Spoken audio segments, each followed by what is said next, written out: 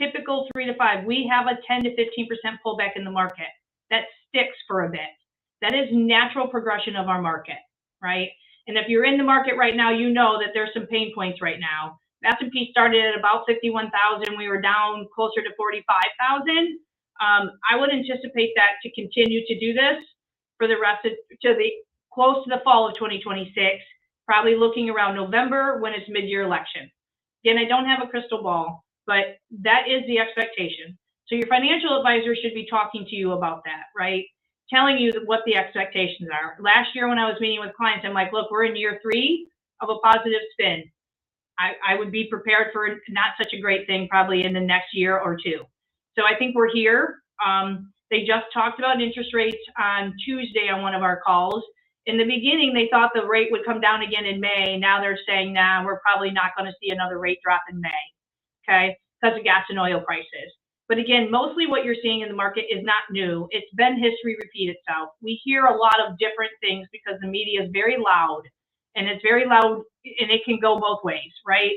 So the biggest thing is to stay invested. Your advisor, again, needs to be talking to you about the emotional side of this. They need to be making sure that however you're invested, you have the diversification, but you also have, hi, Roger, jump on, that it's based on your goals, right? So if you have 5 more years before you're going to retire or 10 more years or whatever that looks like, unless your goal has changed, you do not change the course and where the market's at, whether it's up or down, okay? I want to talk about a couple of really big mistakes that we see that I see happening in practices. One of the big ones, and I'm working on it right now with one of my business owners, he just came to me 2 years ago. He's 55 years old, small business owner, owns a plumbing and heating company, has a couple different locations. It's doing fabulous. I had a conversation with the CPA now 3 times. They're very big, not all, but a lot of CPAs are really big on showing less income. So they want you to write off as much as you could possibly write off, right, to show less income. But then what that does is you're paying less in FICA, which is FICA is going towards your Social Security, okay? So this gentleman that I'm talking about, I just spoke to him again today. He's 55, like I said. He has not funded his Social Security the way it should have been funded. So here's the deal. If you don't want to pay the tax, then you need to be able to fund your retirement account on the other side of it, okay? So, for example, like he's not showing the income. He's showing the income he's making, but he's not pulling enough income off of it to pay enough into the FICA. So he's 10 years out from retirement, but his Social Security benefit is nowhere near what it needs to be. Max Social Security benefit right now in 2026 is $5,181 a month. That's max at 70, okay? At 67, it's $4,150. So if I look at that 70-year-old max, that's $62,000 a year in Social Security benefit, okay? If I'm looking at what needs to be invested, the bucket of money in order to create $62,000 in income, it needs to be $1.4 million. We use a percentage of 4.5. So whatever your dollar amount that you have in investable assets times 4.5%, that is typically how we build your income to make sure that you make it through retirement till you're 90, estimated age to die, and not run out of money. It's 4.5%. That is a pretty solid number to use. So again, you'd have to have 1.4 million to do the 62,000 per year in Social Security. Do you think he's got 1.4 million sitting in his retirement account? No, because the CPA, again, I just spoke to the CPA 2 weeks ago, and him and I argued back and forth, and he's like, I don't like Social Security. Okay, you don't have to like it, but then you need to make sure your clients understand the ramifications of what else they need to do in order to fund their retirement accounts. Okay, so that's a big one. Another big one that I see, maxing out people's 401ks. Just max them out, all pre-tax dollars. So I'm at the gym 6 months ago, and I run into a girl that I went to high school with. It was so good to see her. I hadn't seen her in years and years and years. And she's like, you know, a couple of times we were working out together, and she's, you know, she says, I heard you're a financial advisor. You're one of my friends. One of my friends is your client. I'm like, yeah. And she's like, I have to have a question to ask you. I'm like, of course. She's like, my husband and I retiring early. She wasn't quite retired yet. Husband's retiring early, before 59 and a half. maxed out his 401k, so it's all taxable dollars that he cannot get to he's 59 and a half. Okay, he's going to retire before that. She's like, we're fine with what I have in my savings account, but at 59 and a half, when we start taking that income, every single penny that they have saved is taxable. So what does that mean? That means that it could affect their Medicare. It could their Medicare, number one. Number two, it could affect their insurance. Now, this year, all of the tax credits went away for medical aftermarket medical plans. So again, it's the strategy that your financial advisor should be looking at that. Should you be maxing it out? If your tax bracket, the gentleman I met with this morning, makes $275,000 a year, guess what his tax bracket is? Anybody want to guess? His effective rate of tax is 12%.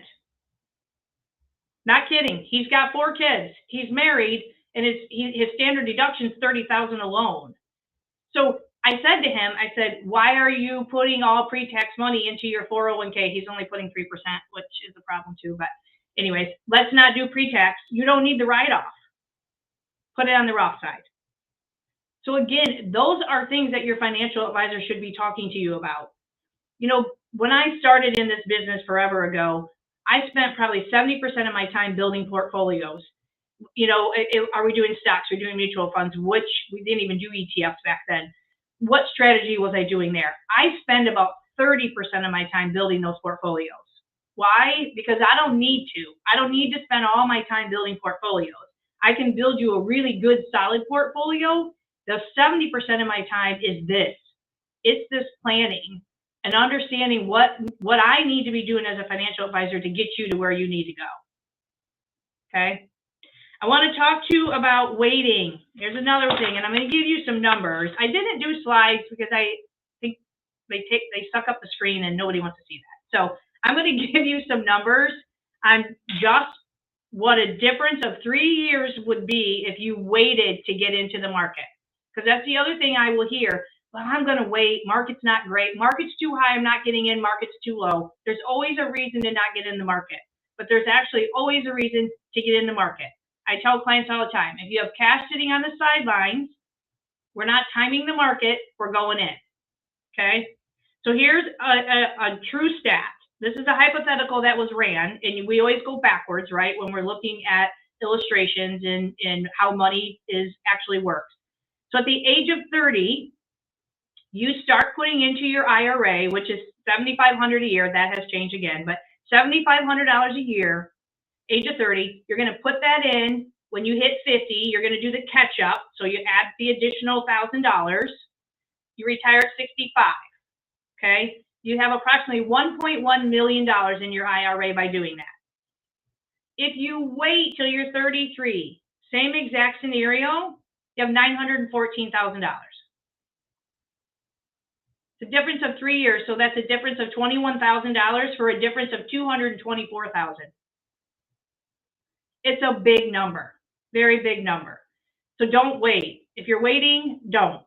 Even if it's $100 a month. I tell clients all the time, $100 a month, whatever you can afford today, because if you can afford 100 today, by next year, you're probably going to be able to afford, 150. Okay. The other one I want to talk about is timing the market. I hear that a lot. I'm going to time that market. You can't time a market.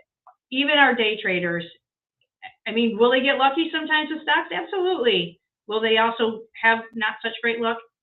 Absolutely. So here's another set of numbers I'm going to give you. This is investing $10,000 in the S&P. Okay. You invested. This is since 1994, from 1994 to 2024. Put in $10,000 in the S&P 500. You just leave it, let it go.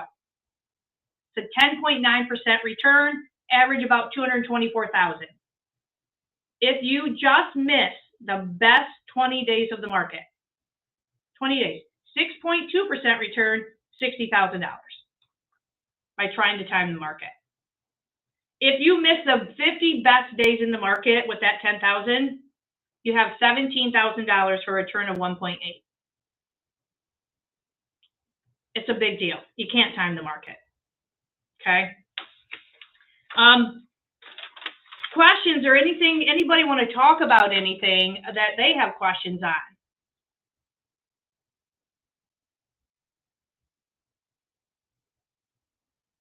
No. Okay. So let's talk about a few things. Let's talk about estate planning. So estate planning is a big deal. Your financial advisor should be talking to you about what that looks like. Not just today, but what it's going to look like in the future. Another really big myth that I see is stay-at-home people, moms, dads, whatever, not insuring them. Life insurance is a big deal. If you had to replace the person staying at home that was taking care of your home and your children, you had to replace them with a dollar amount, it's probably pretty hefty. I see it a lot where they don't insure the stay-at-home person. Life insurance matters, okay? And there's all kinds of options with life insurance. You've got whole life, you've got term life, you've got universal life. You've got all kinds of caveats with life insurance. My take on life insurance is insurance is for a moment in time. I'm not a big fan of the whole life because what happens with whole life insurance is, again, and it's not for everybody. Everybody has their own situation. My issue with whole life is you can fund a whole life policy, but when you go to use it for retirement, you're literally having to borrow your own money. And that just doesn't leave such a great taste in my mouth. Again, if you're going to be not insured or a whole life policy, you definitely want the whole life policy. Okay. Trusts are a big deal as well, and that's part of your estate planning. Let's talk about TODs and PODs first. So transfer on death or payable on death. Another really big myth that I see is people, even with people that see an attorney that have a trust, forget about their bank accounts. Your checking and savings account. You should have POD or TOD on those accounts. Because if you don't and you pass away, they are going to create an estate. It's going to create probate. Okay? It's an easy one. Call your bank, go to your bank, tell them what you want. Something happens to you, who is this going to? If you have joint ownership on a checking account, that's very helpful, obviously, because you both would have to go at the same time in order for that to go to probate. But it's an easy fix, guys. Go to your bank, see your banker, call your banker, make sure you have those on there. Third thing, will. A will is probate. If you have a will and that's what you're operating off for your estate, it is probate. It's going to court. I don't think most people realize that, but that is the case. People will tell me, well, I got a will, so I'm good. Okay, well, it's going to probate if that's how you want it to roll. Okay? Most people don't want that to happen. I will tell you though, typically, if the estate's under, $100,000, probate is pretty simple. It's not really as difficult as everybody thinks. I'm not going to talk about estate tax because there's so many people on here from different states, and every state operates a little different with that. So I mean, there's the federal part of it, but that's the other thing. I'm not a CPA and I'm not an attorney, so I work with those folks. I'm on the phone with them. They're meeting in my office. I had one of my estate planning attorneys meet this week with one of my clients. She inherited $1.7 million from an uncle, and her husband has no idea. Right. It's a problem. It's a very big problem because it's inherited money, but he's got health issues. And so the attorney met them here to figure out how we can do this. As she's going to buy her daughter a $330,000 house. In Ohio, it's Stowers rights. So if she buys that house, even with inherited money, she passes before him, he gets part ownership of that house. That's his. So it convolutes a lot of things. So again, as a financial advisor, it's my job. I don't have to know all the specifics.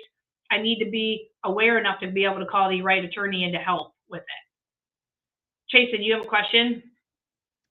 I do, and I'm sorry to break your flow there, but I'm curious because you said that having a will is still probate. So we have living wills.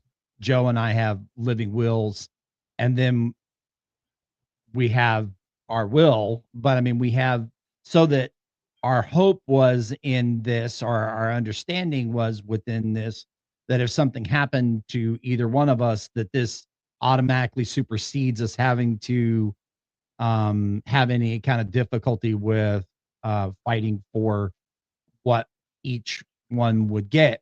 When you say that it's probate, meaning that we would still have to go and prove, even though we have this, we would still have to go to court within the state of New York? In Ohio, it is, I mean, I could definitely look for you for New York, but will is probate. The way to avoid issues is to make sure you have transfer on death or payable on death on everything you have. If you do that, those are indisputable. So your brokerage accounts. Now, deeds in Ohio, we can do survivorship deeds, and we can make them payable on death. So, for example, I have a client whose parents passed away. Obviously, mom and dad, they were within 2 weeks of each other type of thing. So the house was survivorship deed that all three kids got it ready to sell, and it was fine because the three kids split the proceeds and it never went to probate because it's survivorship deed. So that's the cue. Real estate can be a little tricky. Cars can be a little tricky, but probate for us in Ohio is a will, or is definitely a will. So if everything's already where all our accounts, our cars are paid off, all of that, and it's both of our names, then we're good. Yeah, as long as you both don't pass away at the same time.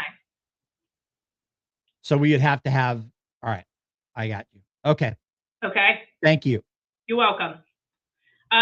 The other thing is, again, for me, is the impact on taxes, right? When I'm looking at taking distributions, if I'm looking at an IRA or I'm looking at non-qualified money, what is going to make the most sense for my client? It is my responsibility to know where are they sitting in their tax bracket.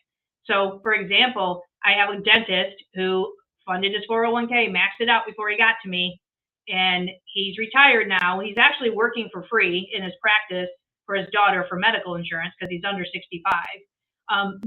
So we're not showing any income right now. So what we're doing is we're taking the IRA and we're doing Roth conversions, and we're doing in upwards of 100,000 every year. So he's showing 100,000 is taxable income for him that we have. And the cue to that is I can take 100 out of that Roth, move it to the IRA, but it has to go 100 to 100. So his taxes, he's at 22% tax bracket. By doing this, I can keep him in that 22. The 22,000 that he's going to have to pay 22,000 he's got to pay, it's got to come out of his own pocket. It cannot come out of that 100,000 that I'm moving. I need to make sure I know that, right? Because it would be terrible. He gets to his tax guy and he's like, oh shit, now I owe this all money and I didn't know about it, because that has happened. I actually had a colleague of mine that did that and not realizing that they can't withhold the tax. So again, our ploy is to get him over to the other side as much money as we can in that Roth, because we have a 5-year window on that Roth now. We fund that Roth at year 5. He can start taking distributions from that Roth that are tax-free, including the growth. So again, that's another type thing that I have to know. Your advisors that you're working with should be able to guide you through this. Jared, do you have a question? Yeah, might not be pertinent, but I figured it's worth asking. Do you have any advice on how like crypto could play into this if someone has like a good amount on like a hardware wallet? Yeah. So it's very interesting. So I don't have a ton of information on crypto because we won't do it, but it's not going away. Number one, people have made a ton of money off of it. And my advice on crypto is always this: if you put in and you've got a gain, pull it. Don't pull your original investment, pull it. You should get a 1099 showing that it's taxable income, but I haven't seen one yet. But I think where the problem lies is people are making money off of crypto and they leave it ride. I would not do that. Even on stocks. If I have a stock and it's at the top of its game, I have no problems pulling profits. It creates capital gains for a client. But again, that's a whole nother piece that I need to be doing for especially my retired people. Capital gains matter. I mean, it'll throw them over. And if it throws them over too much, then you've got an issue with Medicare. Because I have a veterinarian, sold his practice, still working. He doesn't need to, but he loves it. Can you even fathom what he's paying for Medicare? $670 a month for him and for his wife. $1,340 for Medicare because of his income. Yes. Again, it matters. I mean, and like it matters for me as an advisor to get somebody retired and then all their income is taxable, and now we got a whole nother issue because they're paying out their hiney for Medicare. Plus then there's supplemental. Like, So your advisor should be talking to you about that. What does this look like down the road, right? So Jared, I don't know if I answered your question enough, but I mean, if it was, I tell my clients all the time, if you're dealing in crypto and you're making money, take profits. Just take them. Helpful. Yeah. Okay. Education planning. That's a whole nother one as well. And again, as an advisor, I'll give you one of my favorite stories. I inherited a client probably 8 years ago. She's a teacher. He's a carpenter.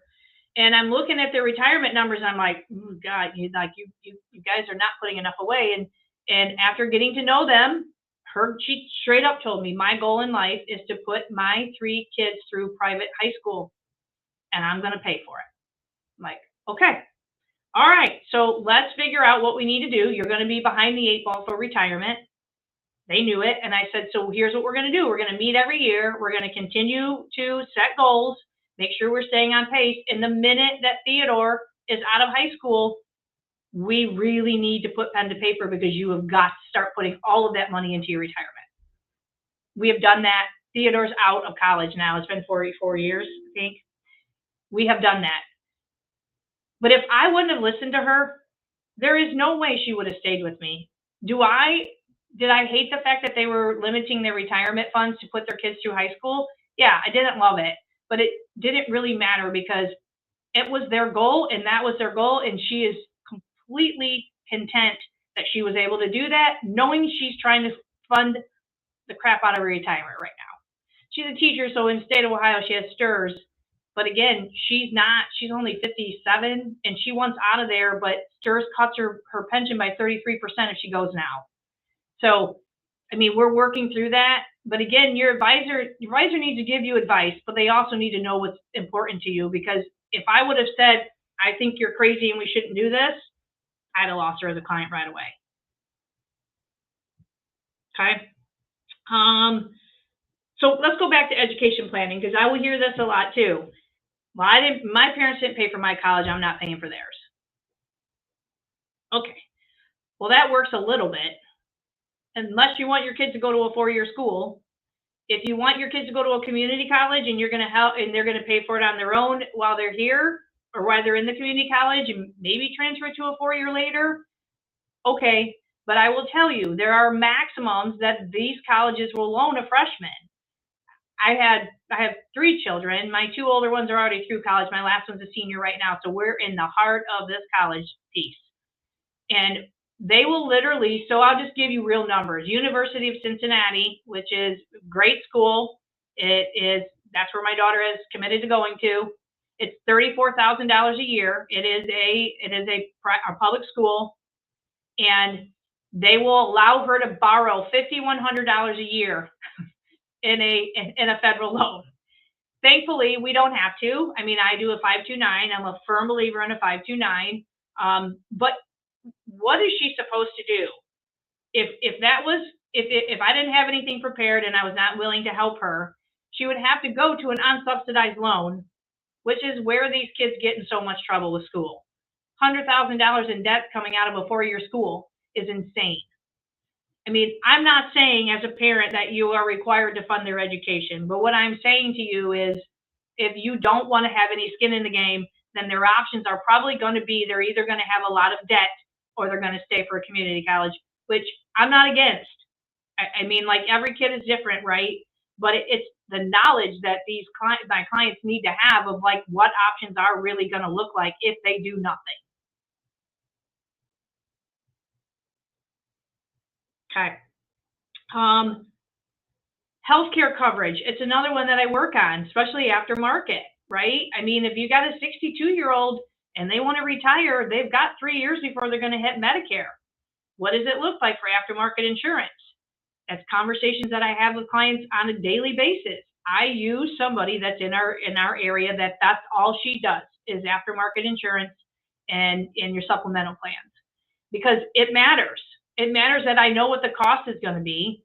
So before the tax credits went away, I mean, as long as I showed a client having $22,000 in income, they would get the tax credit for the Obamacare. Their healthcare insurance was minimum. I had a guy that sold his, it's been a while ago now, but he sold his automotive shop. We knew he was going to do that. So we stacked a bunch of non-qualified cash, meaning like it was like his savings account, but we had it invested. And that's what we used for income. So we were able to do that. He has a house in Michigan at the lake and a house in Florida. We were able to get him insured for $150 a month because he only showed $22,000 in income per year, because the rest of it was non-taxable money. His estate was worth $4 million. I mean, again, that's my responsibility to make sure that I am guiding him through that and giving him those options. Let's talk about fees. Fees for your financial advisor. Your financial advisor should be telling you exactly how much you're paying. In my case, my statements show every month when they get it or online what they were charged. No one ever adds it up. So in my reviews, I literally give them a paper, a summary that shows exactly what they paid me year over year. And listen, I make a fantastic living, but I want them to be able to say, especially if they refer me to somebody, you should be asking, what do they charge? What am I paying? What am I paying for? I want my client to be able to say, I know exactly what I'm paying her and she's worth it. So ask your advisors, how much am I paying you? What is it? What fees did I pay last year? Can you please share that with me? I had somebody do that with their advisor, and the advisor was pissed. They ended up having to leave him because he's like, I think that's crap that you're questioning me. Well, you're not questioning anyone. You have the right to know. And again, I make a fantastic living, but I also, I'm very well educated. I stay up on it. In fact, I'm sitting right now. I just sat for a really big exam, and I'm finishing up my CHFC. I got 3 more tests out of 8 to take.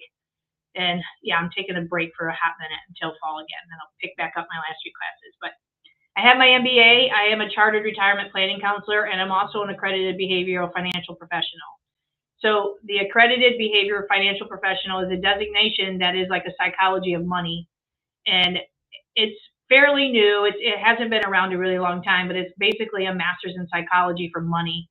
It's probably one of the hardest classes and test designations I've ever taken, but it was so worth it because everybody has a relationship with money. Everybody does.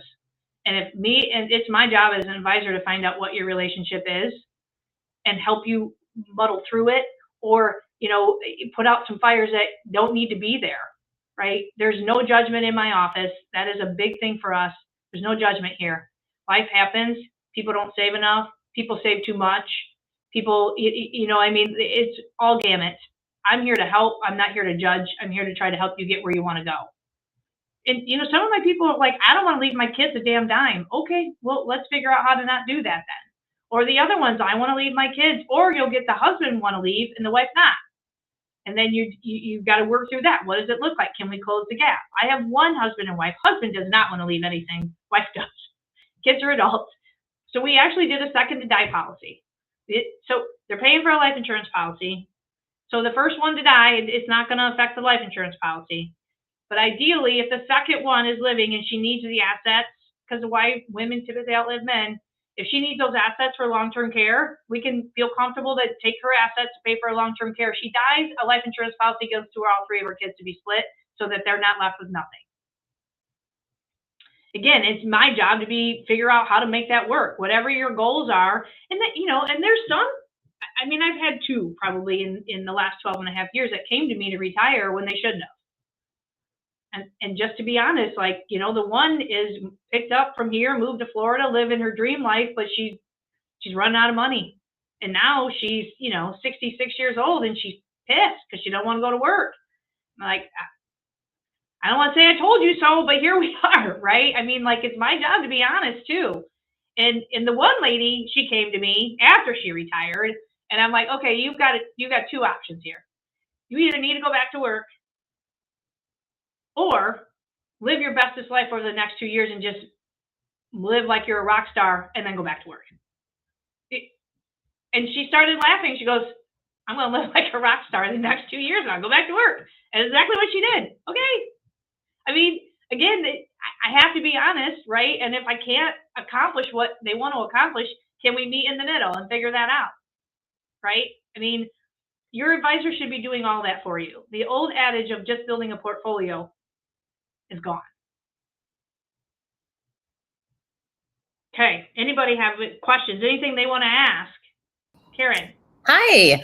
Hi. Hello, everybody. Happy Friday. Thank you, Jennifer, for doing this. So do you happen to have, or like, I mean, this is so helpful.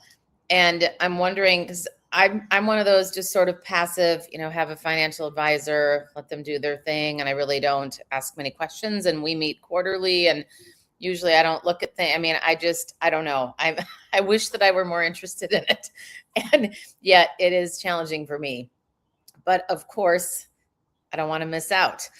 And the question I have is, do you have a list of these questions somewhere that would be easily accessible, or could you send that to us, like the things that you're suggesting?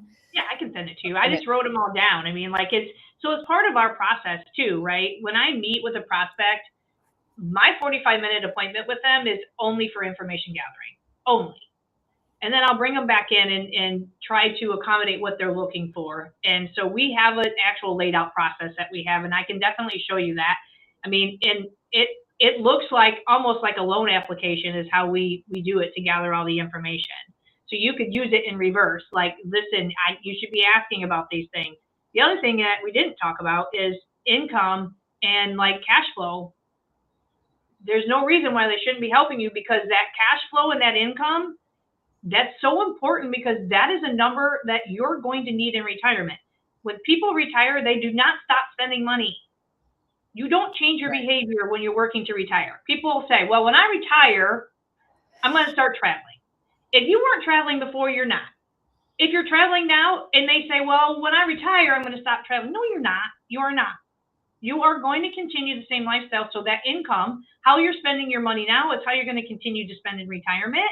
So your financial advisor should be able to put that package together for you in your financial plan, showing, look, this is what you're doing. This is what it's going to look like. This is the amount of money we need to recreate when you're in retirement to keep living your best life. Mm-hmm.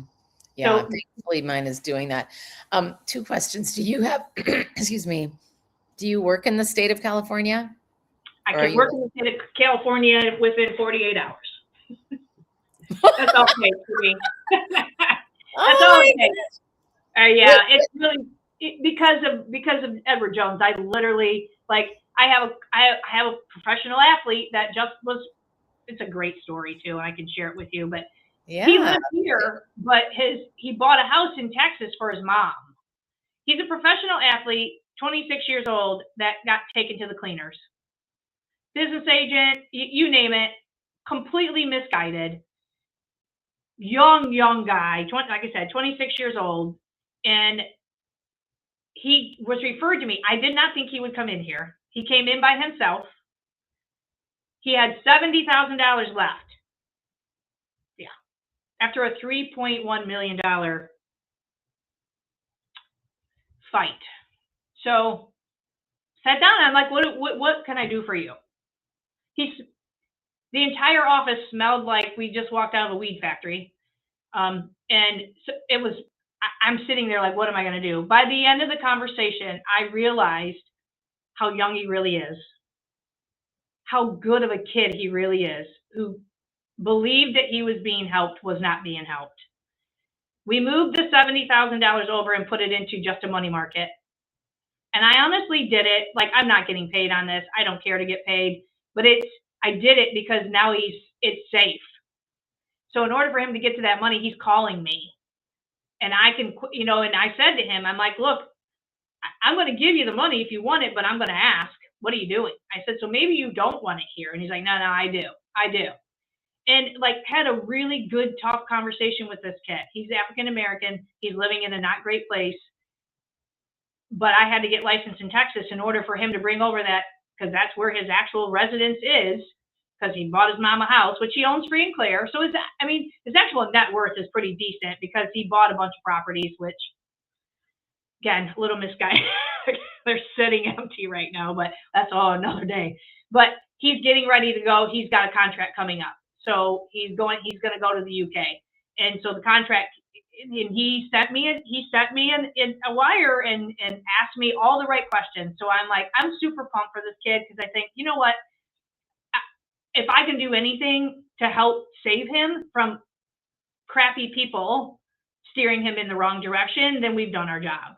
So I'm kind of excited for him. I mean, he's got the contract. He's coming. He's getting ready to go to UK. So we'll see. I mean, like if we can get it back around and he can continue to do what he's doing, I mean, I definitely feel pretty strongly that I can help him. So it took me 48 hours to get licensed in Texas, and I opened up his money market and moved it here. So, yeah. That's awesome.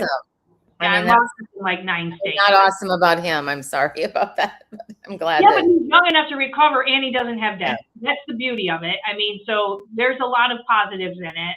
But I did say to him, this is what I said to him before I go, look, I will help you with an attorney. I will help you with a CPA. I'll help you with whatever I need to help you with. I said, but there's one thing that I really want you to understand. And he's paying attention to me, and he's really listening. And I said, if you're the smartest one in the room, you're in the wrong damn room. And he's like, you can see his wheels spinning. Again, he's 26, right? I mean, like, and he goes, oh, you're right. I go, no, I'm really right. I said, you got in trouble. You're in the wrong room. I said, don't look down at those people, but you need to get the hell out of that room because you're in the wrong room. He's living not in a great area because he's in Toledo. He's training in Toledo. Yeah. And I feel like, you know what, if I'm helped to not let somebody else get in his wallet, then I've done my job.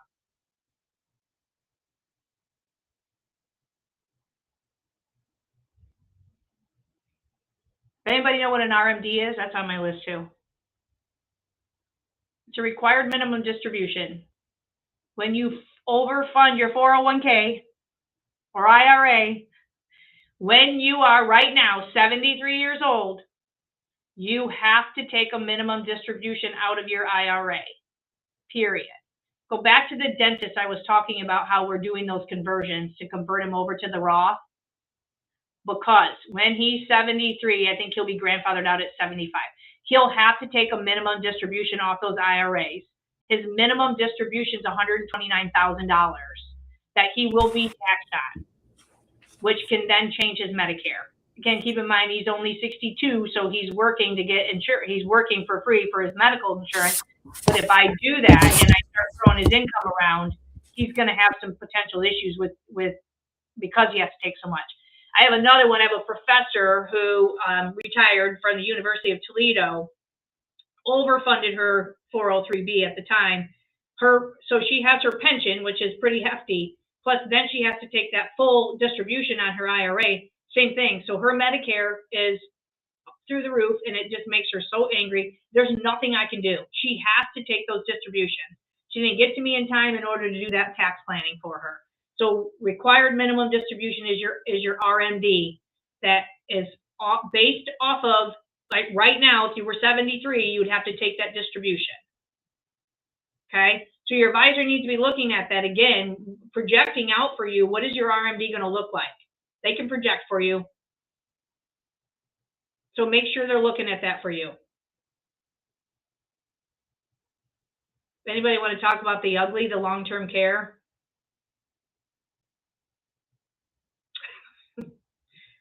Yeah. Yeah, I have some questions about what is long-term care. And hello, I know I'm late into the game here, but hello, everyone. Hi, I can't see you, so that's why. I'm sorry. Hi. Go ahead. Long-term care, I don't know, you've already talked about it. I don't want to have you repeat, but that's a topic that is a question about, you know, whether to get anything like that and when, and what's the deal with that?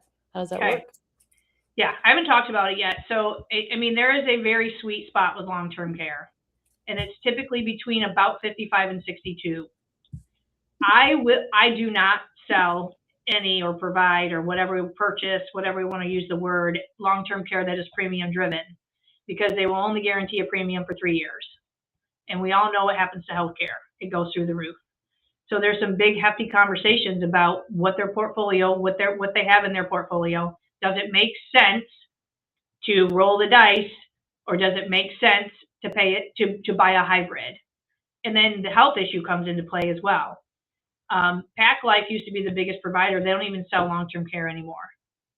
I do more hybrid than I do. I won't sell the premium driven because I know it's going to go up. There's nothing you can do about that. If I'm sitting on a client that's, $3 to $5 million, then we're looking at irrevocable trust down the road. That again is a 5-year window. You can put money in an irrevocable trust, have it in there for 5 years. It's not, you can't use it as an asset in order to get them in a nursing home and go to Medicaid. Here's the issue with it though. If you make somebody broke, you got to put them in a Medicaid facility. Your options are very limited on what you're going to do. There is one big caveat right now. If you are over that RMD age, so 73 years old, and the majority of your money is in an IRA, and you're taking income, you're taking your minimum distribution every year, they cannot count that as an asset toward your spend down.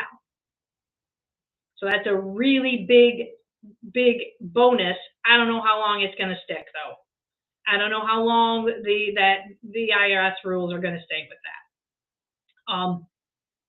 So I go back to this. If I have a client that is sitting on total assets of $1 million, we're probably not funding long-term care. It's going to cost them more than it is. Again, if we go back to being 55 and we're sitting on 1.2 or 1.5, then it's another conversation. Do we do a hybrid policy so that it's not use it or lose it? But the numbers for long-term care are this. I haven't seen them updated in a while, but a couple of years ago, if your house insurance fire, you will use it about 7% of the time, like 7% is used for fire. Long-term care, 70% of someone will need long-term care over the age of 65. It's a huge number. I don't know that I have a great answer for it. I mean, every case is different.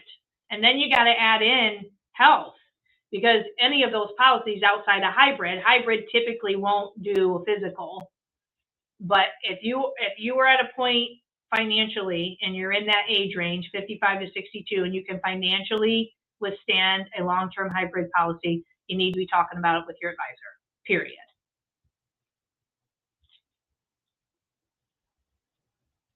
That wasn't a great answer, but that's real. And you're saying someone could withstand that if they're $1 million plus? $1 million plus, typically, yes. And again, you don't ever want to, the expectation is to never buy a long-term care policy that's going to fully fund long-term care. Not, because realistically, you're going to have Social Security. They're going to take a portion of that anyway. I mean, so your Social Security, I typically will look at about 50%. So right now, if it's full on nursing care, it's $8,000 a month in Ohio. So I will look for a policy that's going to fund it at about anywhere from $4,000 to $5,000 a month. Then I'll put the inflation rider on it at about 2%.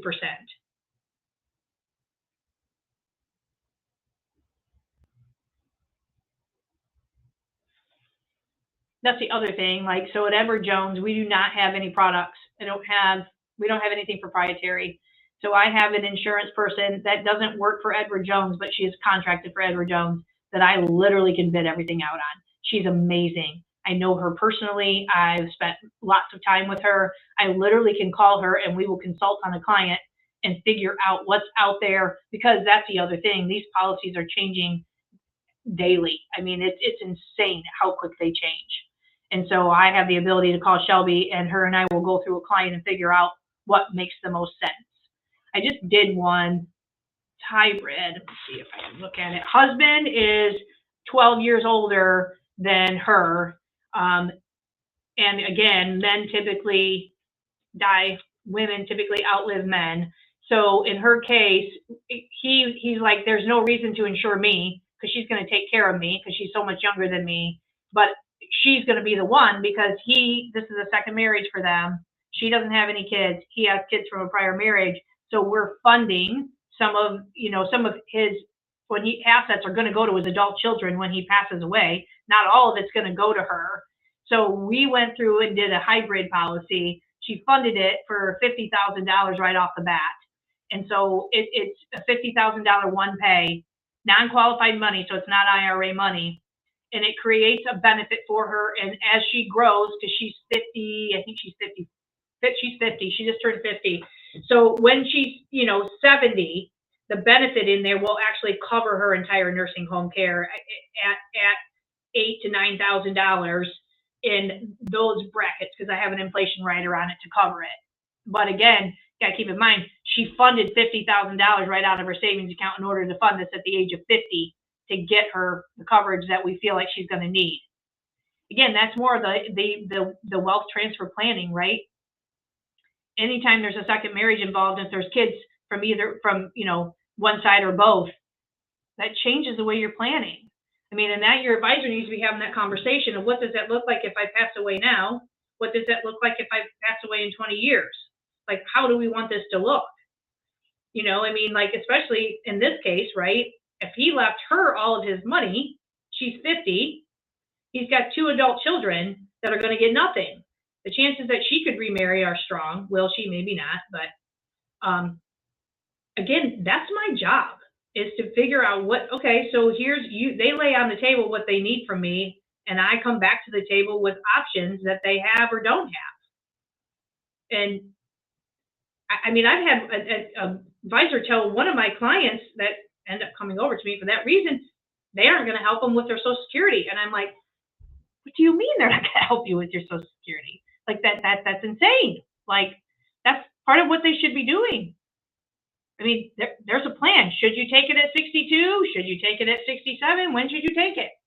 I mean, there's formulas to use, right? I mean, we can't project how long someone's going to live, but still, I mean, like, that is my job. Any other questions? Anything anybody wants to talk about? We covered a lot today. A lot. Listen, I'm an outlier too, and I love it. I love it here. If I can be of any assistance to you, call me anytime. If I don't have the answer, I'll get an answer for you. That doesn't mean that you have to be my client. That's not how I roll. I have a great thriving business. The other thing I will share with you, which I think is really cool too. So I'm in an industry that is 80% white men. It is still 80% white men in my industry. I have an entire female office. So I started my own practice 12 and a half years ago.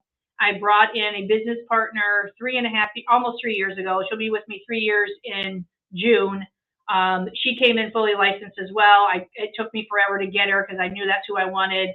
My assistant is sitting for her 7. She should sit in about 3 weeks. My second assistant is getting her designation.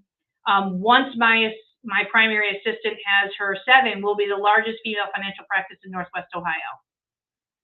Whew, I know, I love it. It's really cool. It's very cool. And like, listen, I mean, I do a lot of women business owners, but I do a lot of men too, because especially the men that have significant others, because they know I'm going to take care of their spouse. And that's super important. Again, typically women outlive men, and 70% of a widow, female widow, 70% of them will move a financial advisor when their spouse dies. 70%. Because where do you think they're sitting, most of them? With male advisors. And I have a lot of really good friends that are male advisors, and they're really good. The old school ones that are still only working on portfolios and not doing the actual financial advising, she doesn't need somebody to tell her she needs a stock. She needs somebody to tell her how she can live or continue her financial situation the same as what it was before, when her husband was alive. That's what she needs. She needs somebody to assure her she's going to be okay. Yeah, I'm excited. Thank you guys for coming on today. I really appreciate it. Thank you so much, Jennifer. This was phenomenal. It was really interesting. I didn't understand it all, but I didn't either. But thank you for talking about it. Gave me some things to think about, that's for sure. Good. Go back and ask your advisor. Ask them. And if you're not getting the answers, somebody will get you answers. You can always call me. I will give you whatever you need and help guide you through and send you back to your advisor. I mean, I'm always open for more clients, but that's not why I do this. I've got another call. Another one of these I'm going to do in a month for an outlier. For her, she's an executive coach. I'm going to do one for her as well with her group. The more education we can get everyone with money and the better questions you can ask, the better you're going to do. Yeah, it's like the more wealth we can share. Yeah, and your kids too. Talk to your kids about money. It's big. It's important. Really important. Yeah, my son-in-law is an advisor. I brought him in to our firm. in 2019. He's in a town just a little bit over from me, and he's phenomenal. He's phenomenal at what he does. So I transferred my son over to him for him to be his advisor. My son will call me. I don't think he knows what he's doing. I'm like, yeah. I told you the last time, and that is why I'm not your advisor. Right. Yeah. About me. Thanks, Jennifer. Good idea. Thank you, Jennifer. Thank Bye, you very everybody. much. All right. Thanks, guys. Have a great weekend. Hi, Kath. Oh, you're gone.